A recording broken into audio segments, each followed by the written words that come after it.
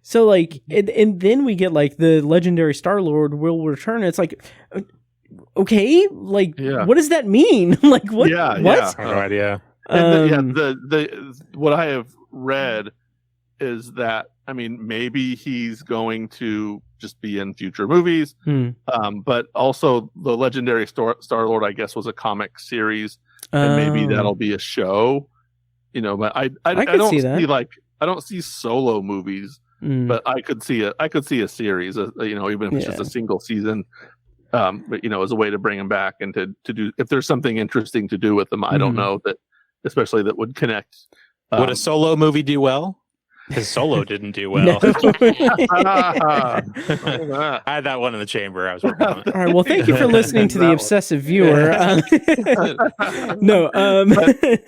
I that was, and that's the other thing about this movie is how much it doesn't, at least on the surface, connect in an overt way to the rest of what's been going on in the more recent, you know, Marvel movies. Yeah. So there's not that, like we said, they don't even mention Thor. There's not even a line about Thor. Like, you know, I mean, obviously we saw that in Love and Thunder that he, you know, that he hung out with them for a while and then took off. But as much as they telegraphed that in Endgame, it seems like maybe it would have been, and I was looking forward to a Guardians 3 that had Thor in it. I thought it would have been fun, but also I think I got it wrong. It was Taika Waititi that was like thrown off by the fact that Thor was with the Guardians, because then when he had to make Love and Thunder, it's like, oh, I have to shoehorn in the Guardians of the Galaxy. But just to correct James myself, Gunn did say, like, he was like, I was really relieved that Love and Thunder just kind of like tossed him, because I wasn't going to put him in my movie at all. Like, I didn't want him there, and I thought it was weird that they decided to do it. So that they probably shared that sentiment. I was talking, to go back to the post credit scene and everything. I was talking to our friends Evan and Andy after the movie, and a theory kind of came up about that post credit scene. I think I don't know if I think we all kind of came to the same conclusion as we were talking it out, but the theory was that throughout that post credit scene, Peter is telling his grandfather, like, saying, like, well, it's weird that, you know, I'm mowing the grass and like her son is just watching me and like there's a whole thing. It's cute, funny, and everything. The theory that came out of that conversation was that I wonder if that was supposed to be, and I don't see it being this, because I think James Gunn would have had more control over it, but I wonder if that was supposed to be like a thing where it was supposed to be like the reveal would be like, oh, a variant of Kang is watching him, like Kang is there. Oh yeah. And with all the stuff going on with Jonathan Majors, they were like, let's cut this. Let's just be safe and like cut this out. Which, I would. That would be interesting if that was the case. But I did read something also that the newspaper that they were reading at some point had a headline that maybe was going to connect to something that's going to maybe be the through line also. That's an interesting theory, and maybe they're both connected. I don't know, but but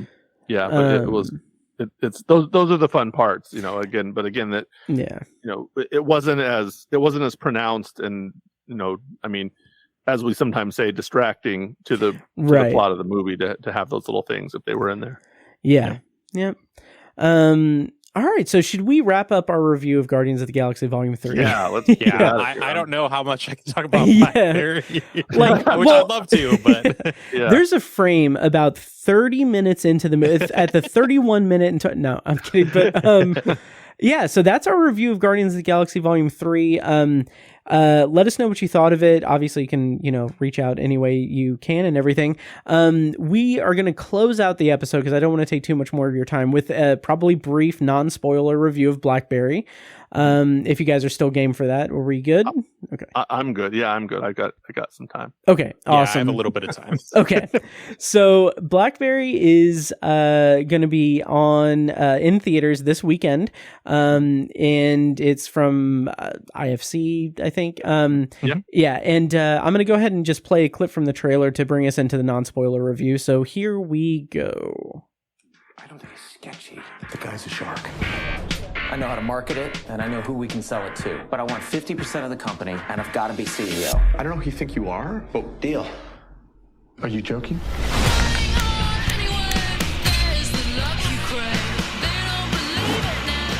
a race to get this thing to market, and we are a year behind. I need a prototype. I'll do it perfectly, or I don't do it. Mike, are you familiar with the saying, perfect is the enemy of good?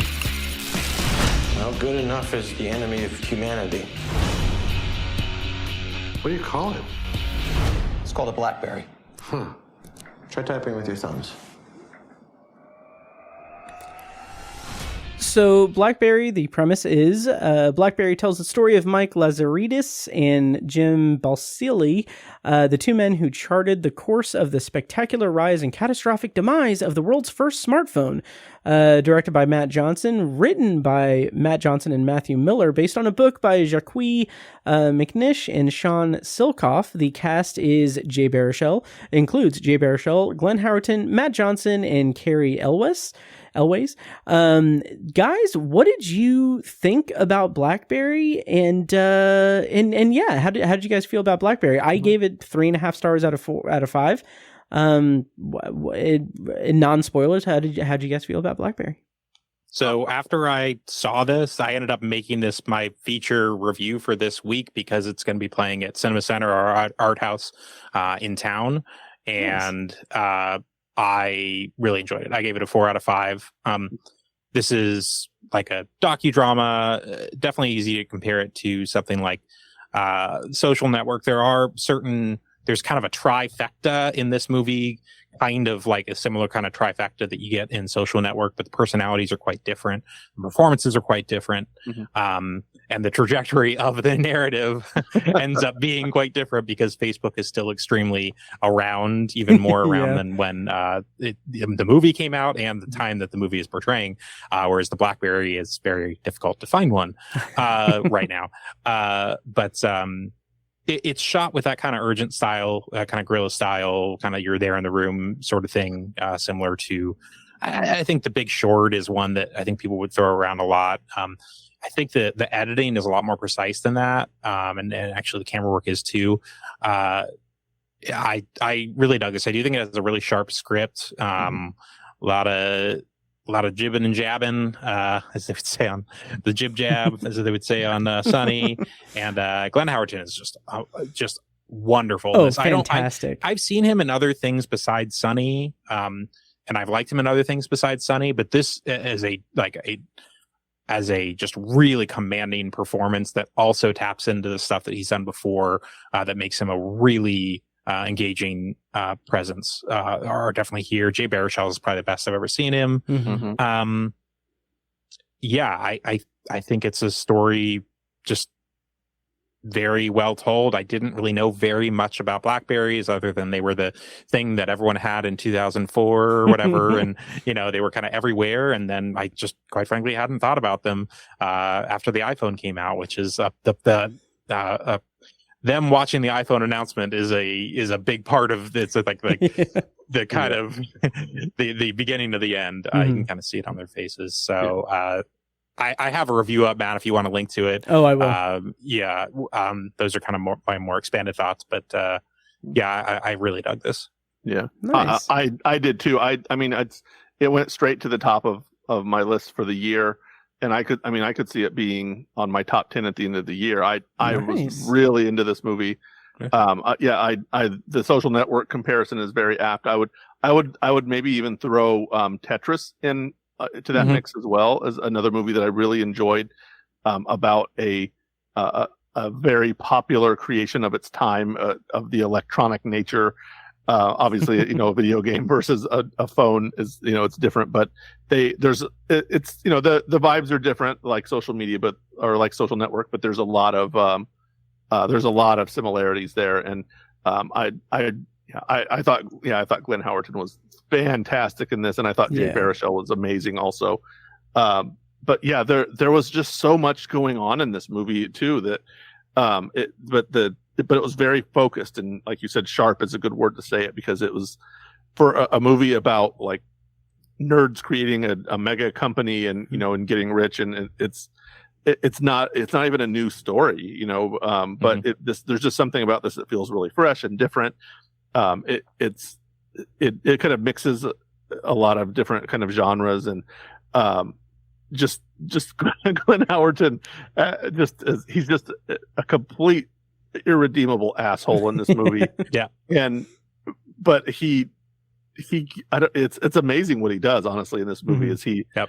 he's so contemptible in so many ways, but he's strangely likable in a way too. He's charismatic, but also not in any way. It's like he's a very good salesman. And obviously as his roles, he just comes in and basically takes over this company. He bullies everyone, but at the same time, you're like, listen, man, you got to listen to him because he's going to take you places. And then, also he kind of does. And then, obviously that plays out the way it plays out. But it's just, the leads there have great chemistry and great kind of like fish out of, it's not a chemistry. Maybe it's like anti-chemistry because they work well together, but also the clash of the styles is just so pronounced. Yeah. But again, being the point of it all, but a lot of really good supporting performances. I love Saul Rubinek. I've loved Saul Rubinek all the way back to Star Trek: The Next Generation. That was the first place I saw him, and he's been in a couple of things recently. And so I liked seeing him in this role, and Michael Ironside also was just so welcome. It was just so welcome sitting there. I'm trying to remember the last thing I saw him in, The Machinist, I think. Oh wow. Years ago. Okay. I'm sure he's done lots of things since then, but that's the last thing I really remember him in. And he was, again, so different than I'm used to seeing him, but also exactly the same. Just as a gruff prick who, is strangely likable in parts, but is also another bully. And it's just a great story about people, these guys who are these kind of tech dorks who are in over their heads, and they, they're looking for success and they find it. But, again, it's one of those ones where it's like the price that you pay though is something else. But, I was very into this. Jay Baruchel, again, amazing. And his character underwent such a great transformation in this movie. For sure. But still, in the end, by the time the end came around, he almost went right back to the place he was at before. Great Social Network parallel too, with again, not going into spoilers. There's a nice symmetry with the beginning and the end. Also, there is a song choice that I love The Social Network. I don't have to go on about that movie. I actually like the song choice at the end of this movie more than in that movie. I won't say what songs they are. I can see that. Yeah. I'll spoil the one for Social Network. Yeah. Baby You're a Rich Man, like that movie is so amazing anyway that it could have been any song, whatever. It could have been like a grindcore song. I would have been like, I still love this movie. But this one, it was a really nice song that the title ties into part of the movie anyway. But it's a great song anyway, and it just has such a melancholy just vibe to it. It's just a great closing shot too. It's just a really nice ending, the way that all sort of tied together. So I did want to mention that, because that's like the only time I would say a movie like compares favorably to The Social Network. Right. So I got to give it up. And like in the symmetry as well with the end scene and the way it calls back to one of the first scenes with him, right, is just like I love that bookended aspect to it. But I was not as high on this movie as you guys were. I love it I enjoy it a lot as a kind of pair. I think in my awkward thoughts when I did a Patreon recording for it and everything, was that this movie kind of feels like I struggled to make an analogy. Something like this is the kid brother of The Social Network, where The Social Network is serious and it's older and everything, and then this is the kid brother that's silly but also has its own seriousness to it. So like the comedy aspect of it is something that I feel was done extremely well in this, because it has all the makings of this kind of, at this point, like standard, almost not necessarily cookie cutter, but like almost cliched, like tech startup docudrama. It hits all of those points, but there's such a level of humor to it that could have absolutely been a satirical, like almost parody thing of this because of what the BlackBerry was. The BlackBerry failed. It had everything. It was positioned to be something big, and then it was big for a while, and then Apple destroyed it. But they could have done like a ridiculous, like Adam McKay, like parody version of this story, but instead they have all of the skeletons of this type of movie, and then they have this like more organic comedy leaning to it. It really kind of I vibed with it, as the kids say. Yeah. And then the other point I was going to make, I was going to make a whole point, but I can't remember what it was. But yeah, I appreciate this movie. I wasn't as high on it as you guys were. I think the characterizations are there. They're good. That was the point I was going to make. The characterizations are good, but I kind of wish that there was a little bit more. Like, for instance, the character of Doug, played by Matt Johnson, he's the Eduardo Savron of the story. Right. And his whole arc through the movie is like they boil down his issues to like what's going on and everything to like, oh, he doesn't like how the culture in the office is changing. So he talks about movie night, like in 2 or 3 different scenes. And it's like, okay, like I understand you're trying to expedite the story and everything, but like don't just focus on like one thing and just have us extrapolate it and everything. Like do a little bit more, add a little bit more dimension to it. But I think ultimately the thing that kept me from really, really enjoying this is that I feel like the beginning of the movie, and this is on me, I'm sure, but like the beginning of the movie sets a certain tone with with them in the car, and then there's like, I don't remember what it was, if it was like news or whatever, talking about how technology, like technology and communication is going to change the world and everything. I kind of wish that it was more about that and how like they were the starters for the smartphone era and everything, and how that technology changed like the world, or if it would have focused on like how, you know, they were in a prime position to change the world and then they lost. Like, I don't know. I kind of wish that there was a little bit more substance there, but overall, like the performances are phenomenal, and I enjoyed the movie quite a bit, so I can't really complain too much.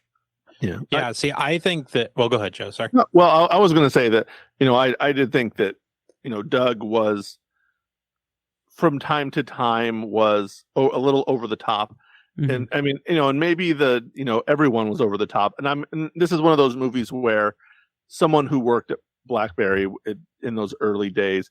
And I don't know which of those guys were real people and which are kind of like just I'm assuming that, you know, like most of these movies, that some of these guys, the main players, are all real people. Yeah. But then maybe some of those other engineers there are kind of amalgams of several people, or, you know, or are just like various people who are not real. Or are bits and pieces of real people.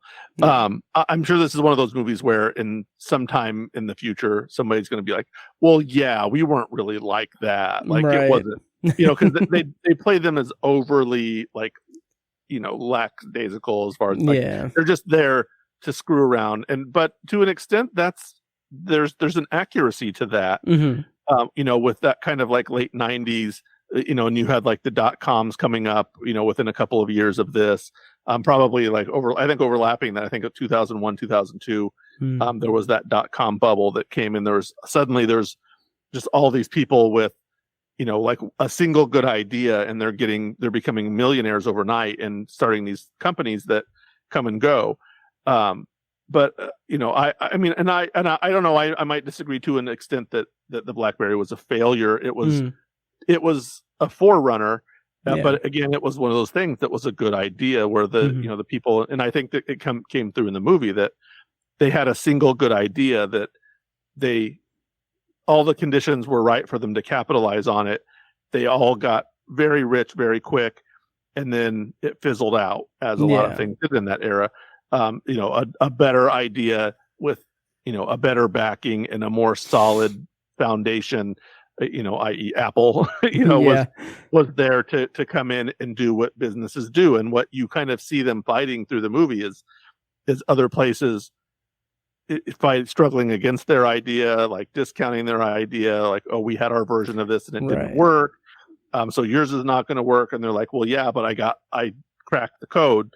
Like, they cracked the code. And then it's like, of course, after a while, this is what business does, is that everybody else catches up. And if you're not able to innovate and go to that next level, then you're not going to be left behind. And that's kind of, that's kind of what ended up happening here and you see that, kind of, again, I don't want to spoil, but, this is based on real events. Right. So, how much can we actually spoil? But you kind of see that resistance to evolving as a company and hitting the next level. And maybe that's because those people just didn't have the ideas necessary to maintain. And which, that's not a criticism even necessarily. It's not to say, oh, well, these people are jokes, but it's just like, Mike was a nerd, he's a nerd who had like founded his company, was getting taken advantage of because he was smart in a certain way, but not smart in another way. And he jumped in the ocean with the sharks, so to speak. And it's, this is kind of just what happens, is they get taken advantage of and chewed up. And, there's maybe a bit of loose commentary in this film about that. It's not a strong satire. I think that's the overarching theme is is that, business kind of eats itself to a degree, and good people get hurt and left behind and ruined and, dragged down by other people. But along the way, it's everybody trying to succeed in a cutthroat kind of industry where as soon as an idea hits, everybody's trying to replicate it. And I was just very much into that. All like how many movies make just a continual stream of board meetings and and one-on-ones with people, make them fun and interesting. And this movie just kind of did that. There's definitely a very fun energy to it that makes you root for them for sure, even though that spoiler alert, the iPhone exists. Well, that's like one of the crucial scenes without spoiling it. Like there is a scene in which Mike demonstrates like the wrong stuff that he's learned from Jim. Like he absorbs all of the hubris and arrogance that and stubbornness and in a certain boardroom scene that is like really a great showcase for J.B. Rochelle, but just also the whole movie and showing his transformation. You brought up a good point, Matt, that I didn't bring up in my review. Matt Johnson should have hired someone else to play Doug. He's the director and co-writer, and he doesn't. I know he's acted before. I know he is an actor, but I'm sorry, he just doesn't quite have it here. He kind of looks like an Ag-cast Shy Ronnie for a lot of this movie. He has the headband and he's just kind of and it's just kind of like I needed more. And you mentioned Eduardo Savern. Andrew Garfield is so great in that movie. And he's absolutely. So much the heart of that movie. And in this, it just felt it just felt a lot more one note. And I wish he would have just cast. Quite frankly, I don't know necessarily a better actor, but just someone that was kind of game for more of a performance. Because this is, I think, really well directed. I think especially in the second half, this was really riveting to me. Yes. After that iPhone announcement, everything else after, and the first half is certainly very good too. But the second half has really kind of won me over on this movie a lot. Because I think how far it goes off the rails. There's a certain, I can't spoil this, but there's a certain cut with a meeting that Jim takes where it's a very close up shot on his face on the phone and you don't know what kind of meeting or who he's meeting with, and there's the next shot reveals who it is, whatever, and I gasped. I don't. That's about all I can say. If you know the real story, then you kind of know where things went, but I didn't, and I was like, oh, wow, things are so off the rails. Not with the movie, but in terms of what actually happened in real life. Yeah. There's a whole thing they have to do with planes. later on in the movie with a private jet where they have to like do all this crazy stuff. There's a running through an airport scene that I haven't seen since like a rom-com. Right. Like Jerry Maguire. It's the best running through an airport scene since Jerry Maguire. Yeah. So anyway, I liked a lot about this, but yeah, there is that great moment toward the end where again, I'll be as vague as I can, where there's someone getting on a plane for one purpose, like, and it's a very key moment. And and then there's a phone call, and it's like, oh, here's this competing thing. Yes, and the choice is the lack of hesitation in which one they choose is just, it's a fantastic moment, and it's just like that's the moment when you're like, yes, now we know exactly how this is going to go down. It is fantastic.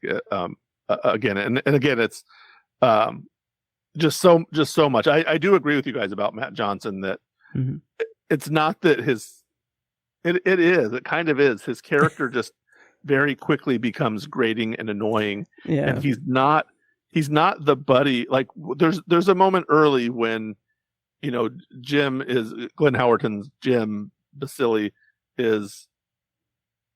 he's jumps into this company. I mean, if you don't know the story, he basically jumps in to BlackBerry and wants to take over the company. And Mike, Jay Baruchel's character, Mike, understands that this probably needs to happen if their company is going to succeed. If they don't get someone like him at the very least, their company is not going to make it. Yeah. And Doug is just like, we don't need him. We got this contract with this other place that, hasn't given us any money and won't return our phone calls anymore. But they're going to give us millions of dollars. And it's like, there's this whole deal. And I think you're supposed to kind of feel bad for Doug and Mike as friends, because, Jim is like, you got to leave this dude behind. Like, he's a clown. He's going to drag you down. And he's right. Like, that's the thing, is he's right. Like, as much as it makes him seem like a dick, like, this is the right choice to make. And I didn't feel like, there was never a moment where I felt like, oh, poor Doug. It was like, no, it's like, that dude needs to go. Like, he can be your buddy, but he's not a good business partner, sitting there and like making having movie nights all the time. And they're playing, like I love the bit about them taking up the phone line with the internet connection while they're all playing games. And, and they're just like, what the hell is that? It's like, and it's funny. That's a thing for younger people too, that they may not remember about an internet connection back in the day. Although what the movie isn't showing you is that as soon as they picked the phone up, they all would have been kicked off the internet anyway. Right. So that the bit about that, like, get off the internet, and they're like yelling at them, like, it was irrelevant, because as soon as you pick the phone up, it's going to boot them off anyway. Right. But it was still a fun thing. But then Doug does kind of later on get a quasi kind of moment, but again, that character could have used, to your guys' point, like someone who wouldn't have played up the clownish aspects quite so much, and given him a little more of a comeuppance, or not an Eduardo Saverin moment, because he wasn't. I would argue he wasn't directly wronged quite as much as at least the portrayals go in the movie, because he sort of deserved it, because he was not a good business partner. He did not really contribute anything. It wasn't like he got screwed out of something. Like, he was a hanger-on, is what is, how I read him in this movie. So, but again, good performances all around. I did think Cary Elwes was maybe distracting, not as big a presence as I would have liked him to have been. But again, Saul Rubinek and Michael Ironside, two veteran character guys, really made the most of their time on screen, and I was very happy to see them anytime they were on. And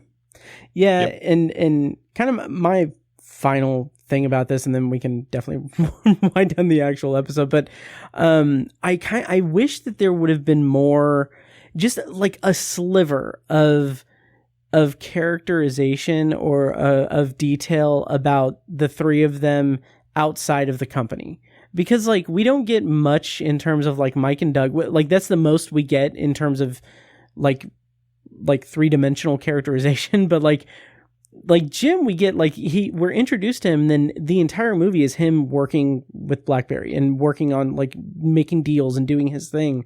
And I just kind of wish that there was like, it felt a little bit flat to me that there's like that there was nothing really giving us any kind of detail about who they are as people outside of the company. So that was something that I was disappointed in, but yeah, I mean, and Jim got the most, I think, too, with his interest in, I mean, I could say his interest in hockey, that he got the most of that. Yeah. And there were a lot of fun, like early scenes, where, especially the scene with Carrie Elwes at the beginning when he's like, "Oh, do you like hockey?" And he's like, "I hate it. It's barbaric." Right. Like after we've seen Jim watching hockey games and talking about hockey and listening to the radio and stuff. Yeah. And it's just, it was just a fun bit. And, and that plays into things as they go along. But I don't know. I wouldn't have minded seeing, especially Jim and Mike have a relationship, because you get the impression later on that they were coexisting pretty well. They were a decent team together because the company was succeeding, and but it was it didn't bother me just because the movie moved at such a frenetic, kind of frantic pace. That's fair. It was well paced. Yeah, but it would have been. I do agree. It would have been nice to see. I wouldn't have wanted them to be like good buddies, right? But it was kind of nice to see, like, you're seeing Mike in the sort of like soul to the devil kind of that stage later on, and his hair is different, and like he's very polished, and that was kind of neat. But so there's a lot of inferring, which I don't know.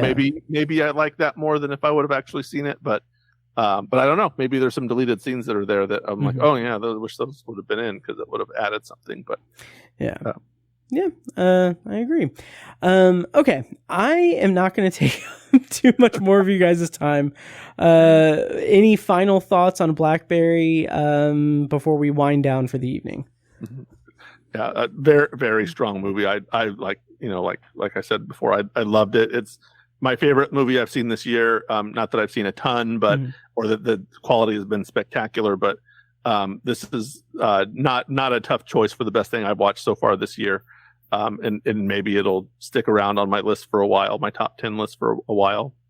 Nice. Yeah, definitely one of the better things I've seen. Yeah, go out in the theater and see it. I like that they're doing IFC sticking with theatrical release, and I hope Glenn Howerton is enough of a draw that people who are It's Always Sunny fans, I think, are going to like what they see of him here. Oh, absolutely. Throughout the movie, I kept, like, anytime he like butted heads with Mike or Doug, really, but mostly with Mike, like in my head, I could hear him like doing his It's Always Sunny thing, like his "God damn it, Charlie," but like doing that with like Mike. But anyway, I've never seen It's Always Sunny in Philadelphia, so honestly, I'm kind of glad that I don't have the baggage of that for for this, because he was such like just a slimy bastard in the movie, and I liked him for that. At least playing that role. Not obviously the character was loathsome, but I enjoyed him in that space. Yep. Yeah, he was great. Okay. So that's our review of BlackBerry. It is opening in theaters this weekend. Like Brent said, go see it in theaters, because it's great that they're doing a theatrical release. That's awesome.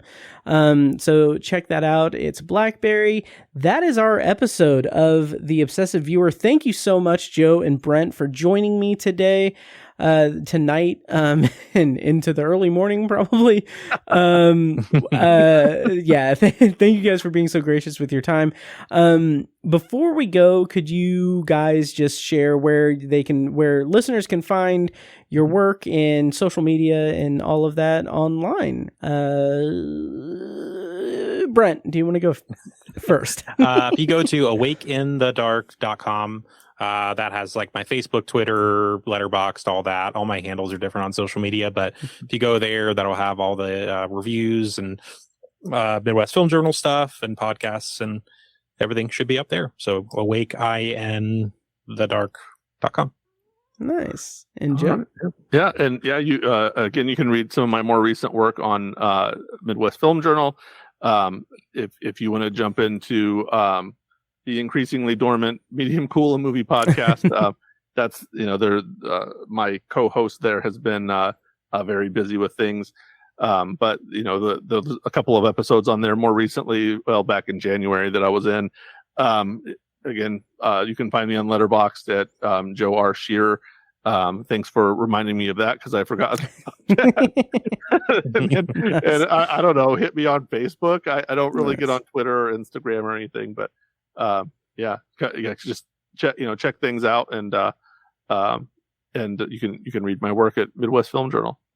Nice. Well, of course, you guys can find me at Obsessive Viewer all over the place. Check out my other shows, Anthology and Tower Junkies. And once again, thank you guys for joining me. Thank you, Joe, and thank you, Brent. And yeah, also final plug for Patreon. Please check it out if you are so inclined. There's tons of stuff there, like hundreds of things on there. So patreon.com/obsessiveviewer. I'm going to go ahead and start playing this out. And of course, links to everything is going to be in the show notes. So you'll find Joe and Brent's recent work in the show notes as well. In terms of Patreon and what's coming up and all over the place, I'm still doing my Expanse book reviews, and I've got Succession coming up and everything. So check that out. Thank you guys so much for listening, and I'll see you in the next episode. And now, enjoy this short clip from our Patreon exclusive RSS feed. For the full clip and more exclusive Patreon content, such as early access to episodes, TV, book, and movie reviews and reaction recordings, commentary tracks, and Patreon potpourri episodes, go to patreon.com/obsessiveviewer and become a patron at the minimum rate of $1 per month. Thank you and enjoy. It seems pretty heartening to me seeing not just, obviously, the writers out there, but also the actors really kind of out there on the picketing lines. It's seeming to stand up for them. I think that's been pretty heartening. And I don't want to say like, they didn't do that before, because I just don't remember seeing that many images from it. There's so much video and photo of everything now compared to 2007 anyway. Yeah. But regardless, it's cool. Mm-hmm. Yeah, in 2007, the main thing about the writer's strike in 2007 was residuals and pay for new media, like webisodes and stuff like that, and on the cusp of streaming. This podcast was edited and produced by Matt Hurt and presented by ObsessiveViewer.com. You can find links to all of our shows at ObsessiveViewer.com/podcasts. For exclusive bonus content, including reviews, commentaries, and B-roll episodes, you can subscribe to our Patreon at patreon.com/obsessiveviewer. Thank you so much for listening, and we'll see you in the next episode.